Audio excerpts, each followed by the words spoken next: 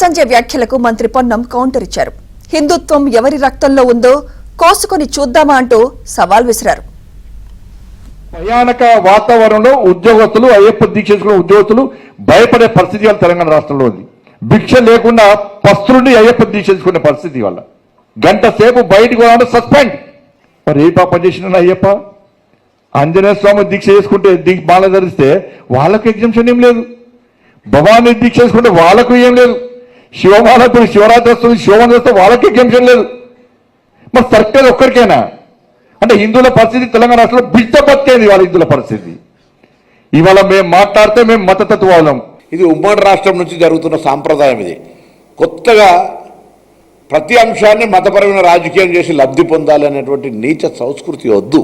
వీలైతే చేతనైతే నీ రక్తంలో తెలంగాణ రక్తం ప్రవహిస్తే తెలంగాణకు నిధులు తీసుకురా, కేంద్రంను కొట్లాడు.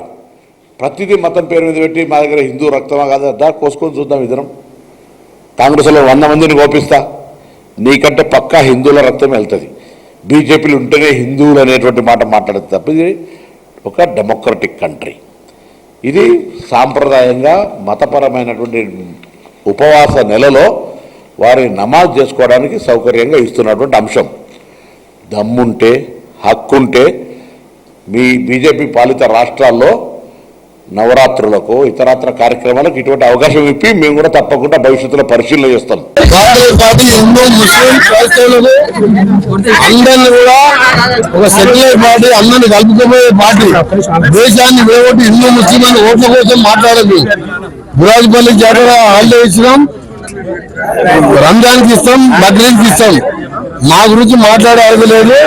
ఈ గవర్నమెంట్ 5-6 ఏళ్ళు కాదు కదా, తెలంగాణ ఇచ్చిన పార్టీగా 20 ఏళ్ళు మేమే పాలిస్తాం, రాసుకోమని చెప్పు. మన ఏం మాట్లాడాను, మీరే గెలుస్తున్నాం, బీసీ ముఖ్యమంత్రి అన్నారు.